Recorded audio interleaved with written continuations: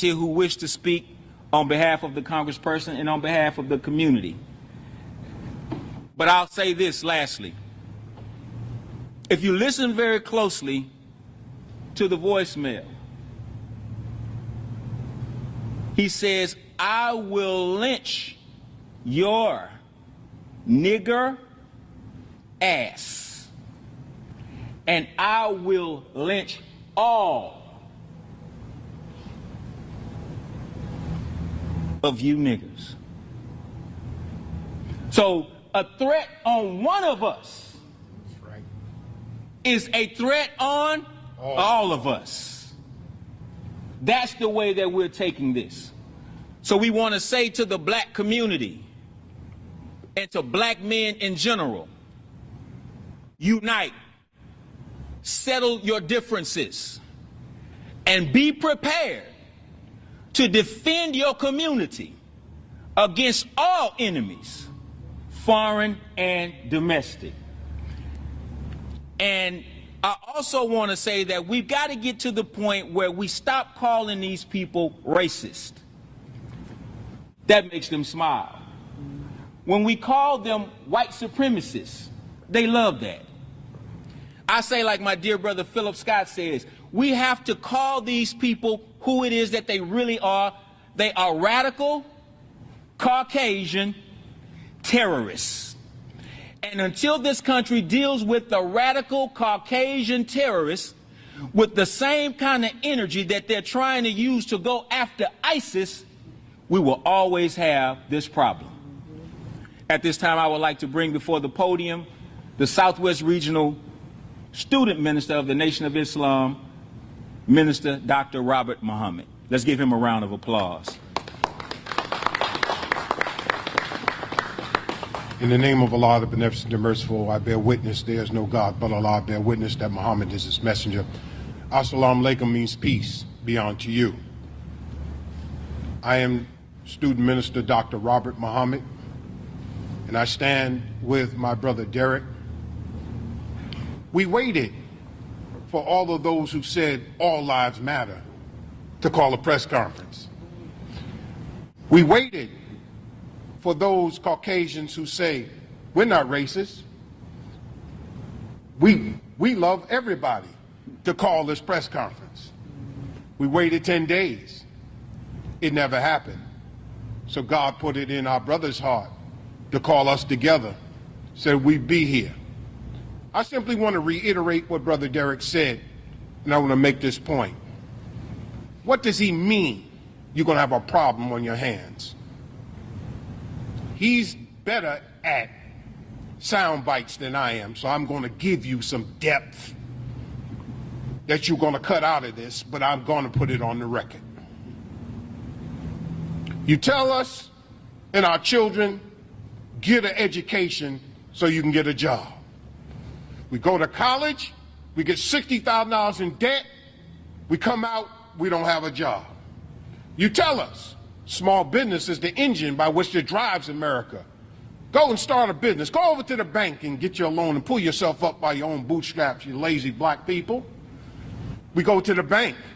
They won't give us a loan because you got all the boots that have all the straps. Then you tell us, well, you people need to register and go vote. And we go, we register, and we vote, and we put Al Green in office. He stands up, he says what we elected him to do in the well of the House of Representatives. And this is your response. What have you left us? The educational system, you're closing our schools. You don't have any job for us. You won't give us the resources to start our own businesses. And now the very people that we elect, you're trying to stop us from electing our own through voter suppression. And now the man that we elected, a man I've known for 30 years, has been my personal friend, who does not agree with everything that I believe, but yet still remains my friend, that is my congressman and my brother. Yes, you threaten his life? Well, the Quran says it like this. Retaliation is prescribed in the case of the slain. Go ahead. We are not being aggressive, we're being defensive. And we're saying to law enforcement and the powers to be, black people can't take it anymore.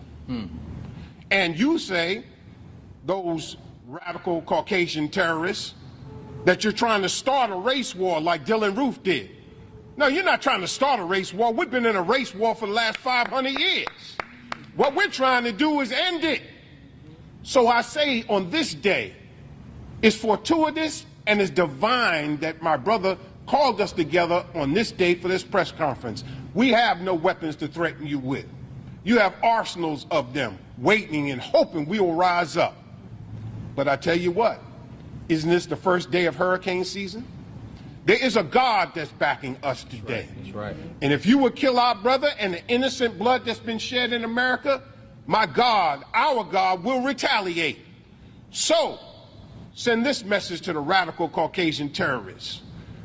The next time you threaten one of us or kill one of us, that trailer park that swept up in a tornado, remember, I warned you. Remember, the next time that little puff of cloud starts on the west coast of Africa where you stole our ancestors and follows the prevailing winds into the Atlantic, into the Gulf of Mexico, and that hurricane forms in the Gulf of Mexico, remember, I warned you. Remember when the torrents of rain by the billions of gallons that flooded the city of Houston happens again. Remember, we warned you. Leave our brothers alone. Hands off Al Green. This is the final call. Thank you. Assalamu alaikum. Yes. Thank you, Brother Rob. Repeat after me, brothers and sisters. Hands off. Hands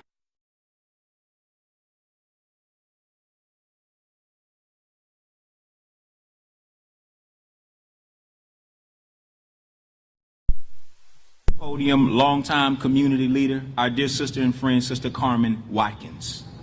Let's bring her on with a round of applause.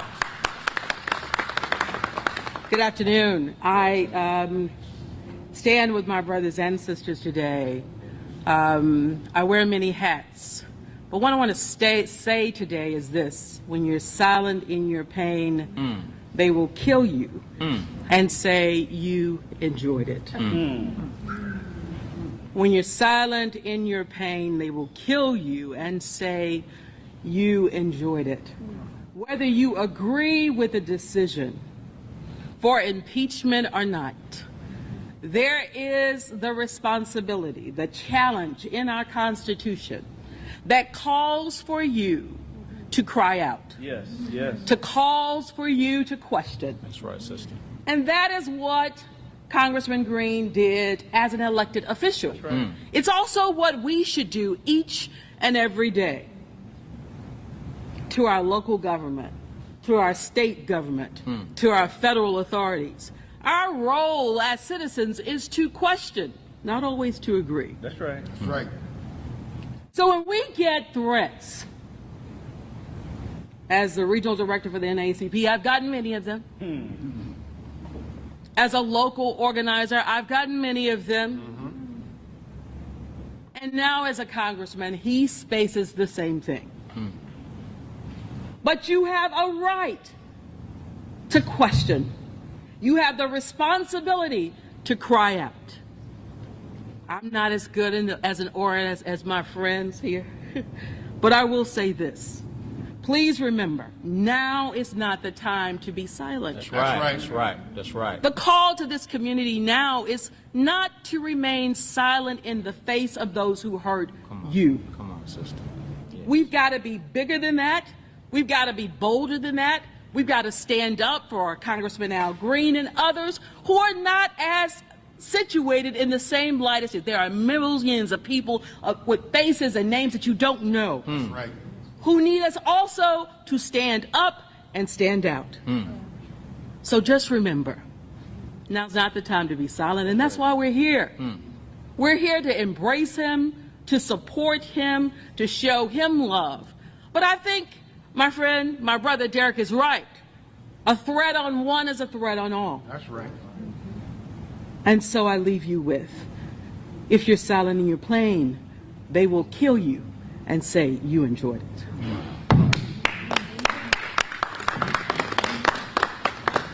Thank you for those wise words, Sister Carmen Watkins. Again, Carmen Watkins, for those of you who may have missed her name. Her words reminded me of the words of Frederick Douglass. And I think, Brother Robert, it was Brother Douglass who said that the limits of a tyrant are prescribed by the tolerance level of the oppressed. Amen. Another philosopher, the great Grand Master Flash Melly Mel, said it differently. He said, don't push me, because I'm close to the edge. I'm trying not to lose my... It sounds like the Black National Anthem for 2017 to me. We're here to say that as a community, we ain't gonna take it. And so when you take a stick and you poke an ant bed, if the ants don't move, then you know they're dead. They're dead. We're here to say that not only are we alive, we are prepared to stand and defend our community on every level. That being said, speaking of defenders of the community, we have another brother who's here with us, one of our elected officials, one of those that we sent to Austin, Texas to represent us and to fight for us. When you stand up and fight, you have to accept all risks that come along with the fight. That's right. So I'm here to say that I'm very proud of the fight that our brother, Attorney Ron Reynolds, State Representative Ron Reynolds, has been putting up for us in Washington, D.C. We want to, Austin, thank you. We want to bring him up to the podium to say a few words as well. Let's give him a round of applause and thank him for his fight for the poor and needy in in Austin, Texas. Thank you. Thank you, Brother Derek. And I am here to speak truth to power, because just like Minister Muhammad, Brother Derek, Sister Carmen, and everybody back here, we stand behind Congressman Al Green, who was representing his district when he called for the impeachment of Donald Trump. He had the audacity to say what many other people were thinking. He just had the strength and the conviction to do it. And how dare some racist people call for his death because he was doing his job. I didn't hear any of those people defending people when they were castrating President Barack Obama. They stood and cheered. Exactly. And how dare they now have the gauze to not and fully investigate. I'm here today as a state representative to stand behind the brothers that are here. As an elected official, we have to have the political courage to speak truth to power. We have to have the political courage to stand with those who are on the front line. Because, Brother Derek, as you know, when you're on the front line, you have a bull's eye on your back. Absolutely. And I'm willing to do that. I'm willing to say that we stand in solidarity behind Congressman Green. We want you to continue to, on the halls of Congress, to speak truth to power. We know that also Frederick Douglass said that power concedes nothing without a demand. It never has and it never will. And Congressman Green has demanded for the Congress to bring forth the impeachment of a president that has oppressed many African Americans, many minorities, many women. He wants to take this country back, I believe, to days of Jim Crow. He wants to take this country back to a time where African Americans didn't have many of the liberties that we have today. And so I, too, am of the opinion that Donald Trump should be impeached. He never should have been the president in the first place. That's right.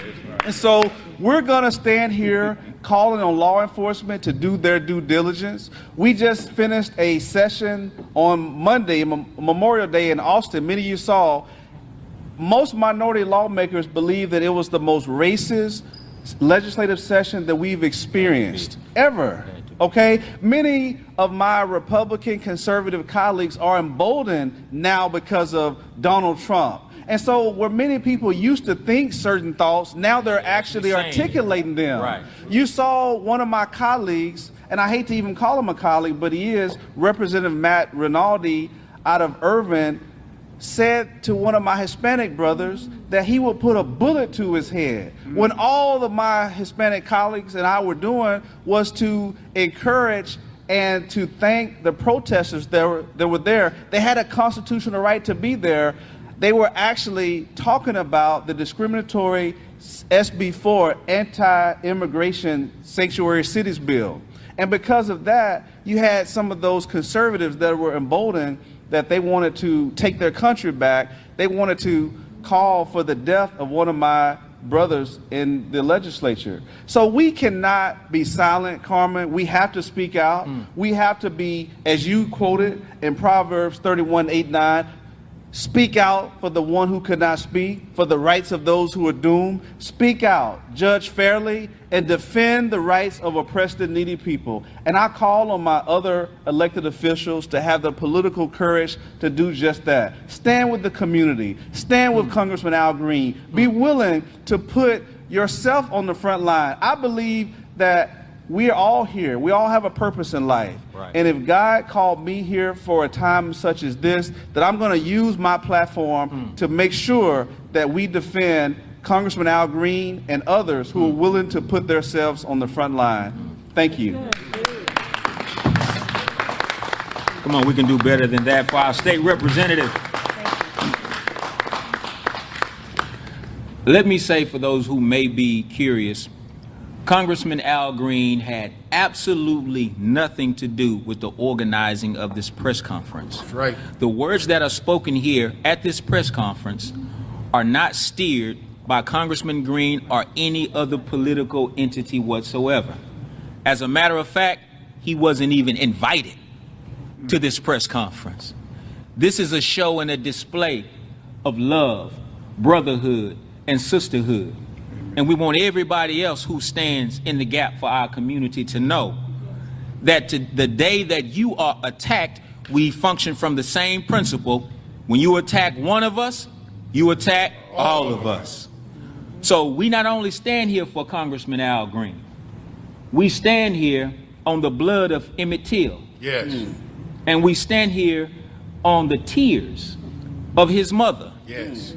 We stand here on the courage and the energy of Fannie Lou Hamer, Harriet Tubman, Nat Turner, Denmark Vesey, the great patriot Dr. Martin Luther King Jr., who was murdered in cold blood for standing up for truth. That's right. Our dear brother Malcolm X, we stand here on his energy. Our dear sister Barbara Jordan. Yes. You name them. We could call the roll all day long. But lastly, before we go, we're going to have one more speaker and then we'll take questions. I want to bring up somebody who can call the roll probably better than anybody else in the room. A brother who has been a soldier, not for weeks or months or years, but literally for decades. In the fight for liberation, freedom, justice, and equality for our people. We're honored to have him here, and we're looking forward to the wisdom that will come from his mouth. Please help me to bring up our dear brother, Brother M. Tangalizi. Thank you. Zandika. You ready, yo? Seatbelt. Jumbo.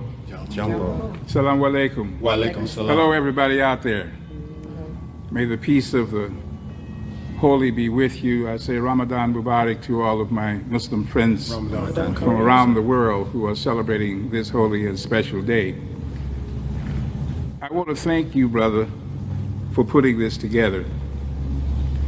And I say that because I have been in turmoil within my soul, asking where stand all those who claim to be progressive about this issue. I have stood in turmoil because it's like deja vu. I have been there before. I have lived through this nightmare of attack on another black man simply because he spoke truth to power. That's right. That's right. And we must understand that this is not the first time that America has responded to truth to power being articulated so boldly, clearly, and openly. That's right. I watched a press conference where there was a gentleman who said he had gotten 1 million signatures calling for the impeachment of Donald Trump. But nobody threatened their lives. I watched in amazement how he boldly proclaimed his love and his support for what the congressman was doing, but nobody had threatened to lynch him. And so the term radical Caucasian terrorist, or radical white terrorist, or radical European terrorist, whatever you want to call them, this is an act of terrorism, people. Call it what it is. It's not the first act, but it is a continuous act that is going on in America. And so when you hear my sisters and brothers say, no more, we tired, we can't take it no more, you must understand the existential reality out of which that statement comes. So please don't say there was a bunch of militant radicals up here speaking. They were just human beings speaking their truth. That's right. That they wanted everyone in this city and the world to understand. I, for one, applaud Brother Al Green, who has been a friend of mine for a while. I'm one of his constituents and absolutely support what he is doing. I support it because America has tolerated the excesses of this president who does not reveal or reflect the capacity or the temperament or the intellect or the understanding of what it means to govern. And America has given him a pass. That's right. It's given him a pass. And so I think that the problem with European descended people, white people in America, is when somebody, especially black, stands up and says that he no longer deserves that pass, because that's what the call for impeachment reminds us of. He no longer deserves the pass that he has gotten from this country. Could you imagine if all the revelations that are coming out about he and the Russians and his administration and the Russians were Democrats? Can you imagine where the impeachment process would be right now? Not at the beginning, but probably near the end. That's right. That's right. So I think these contradictions need to be understood for what they are. It was a black man who said it that caused the problem. That's right. There's no other way I can interpret this. And because of that, I think America needs to take a look at this question and ask itself, how much longer can it tolerate the excesses in this office which embarrasses it? The man went to Europe and embarrassed America. Wow. That's the only way I can put it, because that's what they're saying. I'm repeating, Brother Robert, I'm repeating what they're saying. That's right. They were embarrassed by his behavior. Wow. So I simply say this. History has a way of unveiling to us the path of justice will continue. The threats to lynch us and hang us will not deter us. That's right. Justice will prevail no matter who is the president of the United States. The president of the United States is not divine. That's right. And the only fear we have is the fear of our maker. And that person doesn't sit in the White House. So we applaud Congressman Green for the stance that he took. We support him. We will sign petitions, and we will continue the march for justice. And all of our people should call for the impeachment, not just the congressman, but all of us should call for the impeachment of this man who does not deserve to be our president at all. Thank you. Thank you, Brother M. Tangaleese. Final statement before we take questions. As we said before, America's clock appears to be ticking backwards. But we stand today as a community to say, we ain't going backwards. That's right. We ain't going. I want to say thank you to the half-witted individuals who spray painted LeBron James's house on yesterday. Because all you did was gave him a platform to speak his mind, That's right. to speak his heart, to show that he's more than a basketball player. He's a wide awake intellectual thinker who understands what it is to be black in America. And those words that he spoke at that press conference last night, Around the world. are being heard around the world.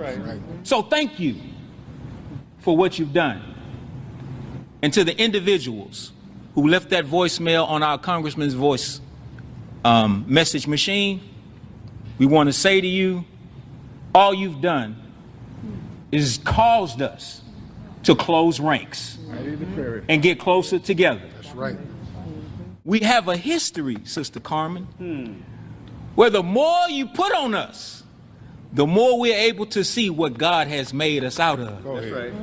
So as a community, we ain't going nowhere. Nowhere. We're not going backwards. That's right. We're going forward. That's right. Thank you. Questions? Sir, a colleague of mine at Channel 2 made a call to the congressman's office this morning and asked if they'd filed a police report regarding these matters, the voicemails. They responded that they had not. Might that be a barrier to investigation? When it was made known that a U.S. congressperson received a voicemail where someone was threatening to hang him, to lynch him, especially in the climate that we're in right now in this country, the culture of intimidation in this country is alive and well. And these white supremacists, these radical Caucasian terrorists, they're not just threatening people, they're out here killing folks. The congressman should not have had to call law enforcement. Law enforcement should have been quick to call him.